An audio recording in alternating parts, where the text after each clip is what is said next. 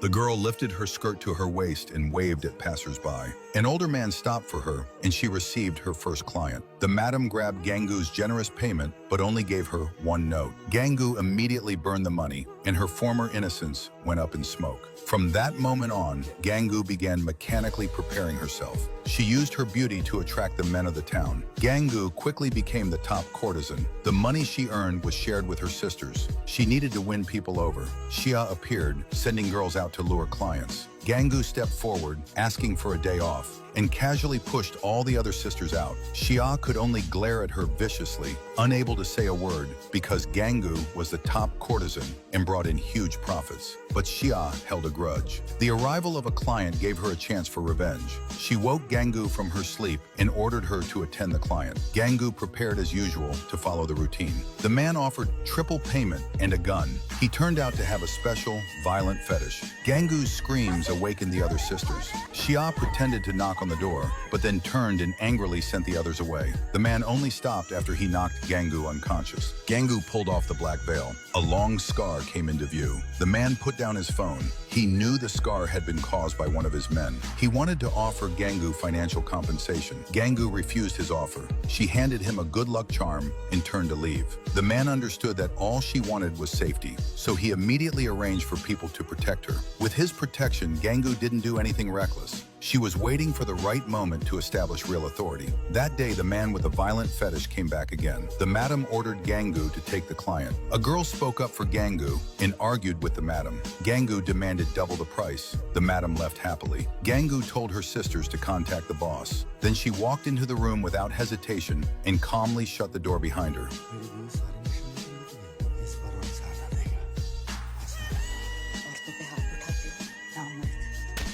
The madam lay back in her rocking chair and turned on the music to drown out Gangu's screams. Soon, the roar of car engines could be heard. The boss arrived at the scene. He had the man captured and taught him a harsh lesson. The madam was so frightened by Gangu's presence that she eventually scared herself to death. Gangu lived up to everyone's expectations. She took over everything and became the pillar and leader the sisters relied on. At just 20 years old, Gangu had already become a well-known figure in the area. She was draped in gold and jewelry, chauffeured everywhere in luxury cars. Walking through familiar streets, Gangu inspected every brothel. She spoke to each trafficked girl and gave them a choice: stay and make money or go home. The girls all understood that even if they returned home, they might not be able to face their families and could even be abandoned. Still, some chose to go back. Gangu took their contracts of sale and personally escorted them home. Her subordinates couldn't understand her actions, but Gangu knew that to build real power, you first had to win people's loyalty. Gangu entered the race for district chief. Standing in her way was a towering obstacle: Rakia. Rakia claimed to be a godlike figure and manipulated the masses to secure another term. But after Gangu appeared, stories of her rescuing girls spread everywhere. Rakia felt his position threatened and ordered his men to summon Gangu to kneel before him. Gangu responded by kicking him outright. That kick marked the beginning of war between them. Rakia had the brothel shut down. Gangu refused to back down. When she learned Rakia was planning a public speech, she paid out of her own pocket to invite everyone to a free movie screening. In the end, not a single person showed up for Rakia's speech. Gangu wanted to be elected district chief. She decided to do something bold. Girls were being locked in cages, their mothers claiming it was to protect their purity. The only way to save them was through marriage. But what kind of man would marry a woman from the red light district? A name came to Gangu's mind: the young tailor. He had grown up on the street but was honest and upright. As they spent time together, he became attracted to Gangu's beauty. But Gangu knew the gap between them was too great. They were never meant to be together. So Gangu brought generous gifts and went to propose on his behalf. The boy's parents were completely stunned.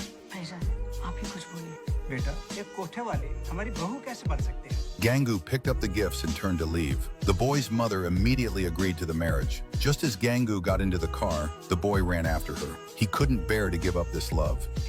Election जीतने के लिए आप मुझे कुर्बान कर एक election नहीं, कमाटीपुरा की औरतों के लिए गंगू 100 अफसान कुर्बान कर सकती है। फाइनल है final.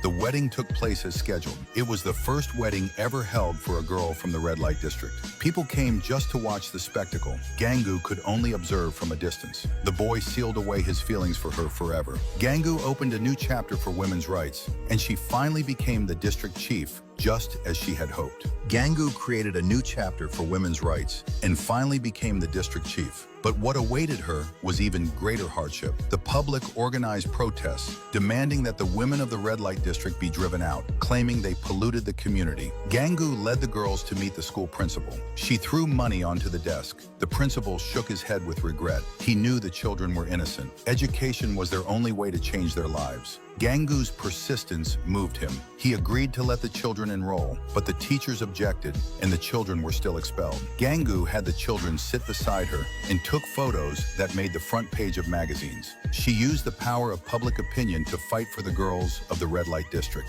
At a women's conference, Gangu read from a hypocritical prepared speech. Halfway through, she tore it up. She no longer wanted to repeat empty words. She wanted to speak the truth. Gangu spoke of social injustice. She demanded dignity and respect for the girls of the red light district. Her influence continued to grow. Soon, she was granted a meeting with the Prime Minister. When she stood before him, she stated her purpose clearly. Gangu demanded that the women of the red light district be legally recognized and allowed to live normal lives. The Prime Minister listened with a grave expression. In the end, he agreed to her demands. Gangu returned to her neighborhood. White petals of victory filled the air like snow. Gangu Bai Kathiawadi, a woman who rose through her own strength, changed the fate of countless prostitutes and left a powerful mark on the pages of Indian history.